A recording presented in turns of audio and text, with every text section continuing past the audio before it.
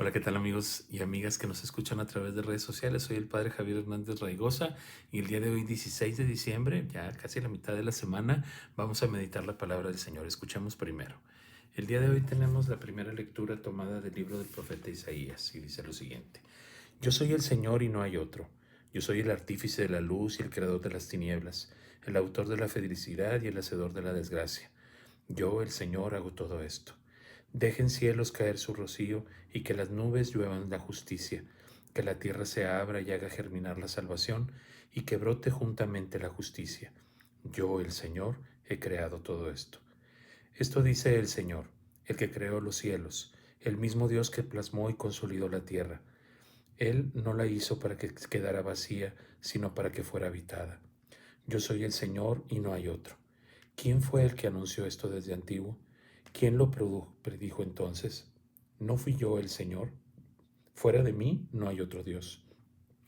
Yo soy un Dios justo y salvador, y no hay otro fuera de mí.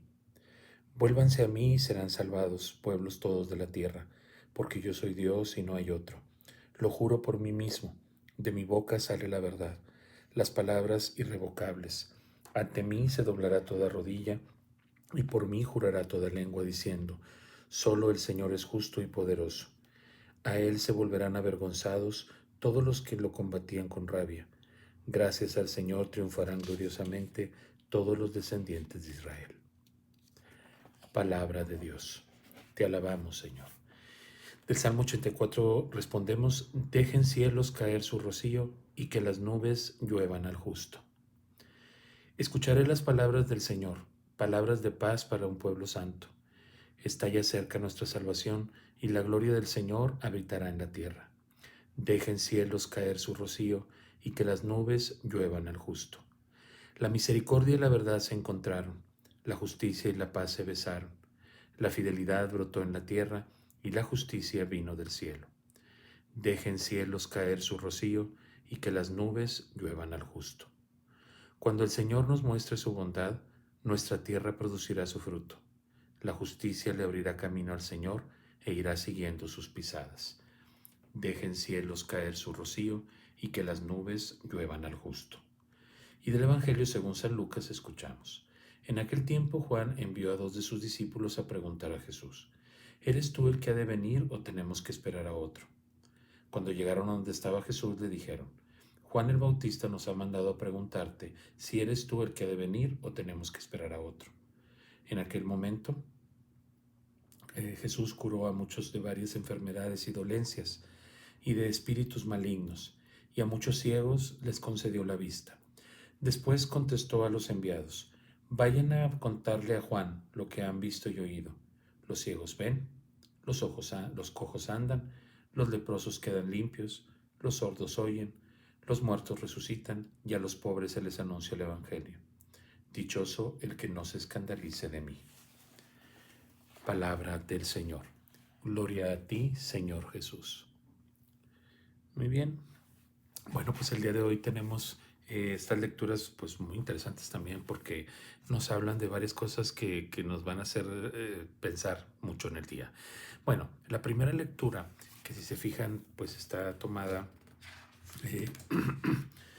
está tomada del profeta Isaías, pues yo creo que es muy claro porque lo repite y se fijaron insistentemente, yo soy Dios y no hay otro.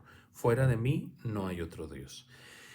Tenemos que confiar en el Señor, ¿verdad? O sea, hay un mensaje de confianza y que a veces nosotros de repente olvidamos cuando las cosas no salen como quisiéramos, cuando nosotros experimentamos dificultades, de repente sentimos que nuestro Dios es más, no es tan poderoso como nuestros problemas y no confiamos en Él.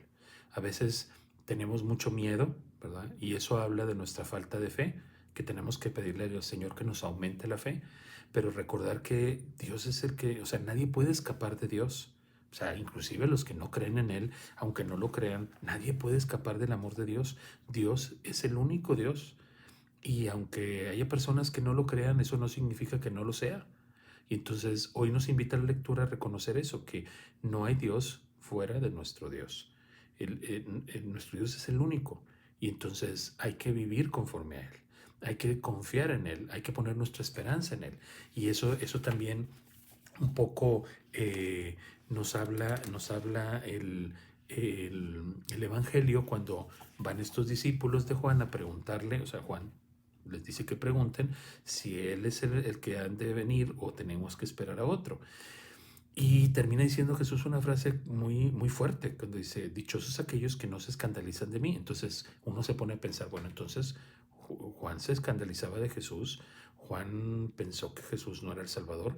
Pues yo creo que podría ser un poco entendible. No es porque Juan no tuviera fe, ni Juan no creyera en Jesús, sino que había cosas que Jesús hacía que, de acuerdo a las profecías, tal vez no eran exactamente como se esperaba. Porque a veces nosotros ponemos nuestra confianza en Dios y nos hacemos imágenes de Dios que como si quisiéramos que fuera como nosotros queremos. Y entonces así pasó también con Jesús. La gente esperaba una cierta actitud de Jesús y cuando Jesús empieza a hablar con los prostitutas, con los pecadores, con los escribas, que empieza a sanar a los enfermos, que empieza a hacer diferentes cosas, Juan de repente también tenía de cierta manera un sentido, una expectativa de Jesús, de que Jesús iba a ser como una especie también, o sí, sí, por supuesto, Salvador, pero también como algo político, es decir, que los iba a liberar.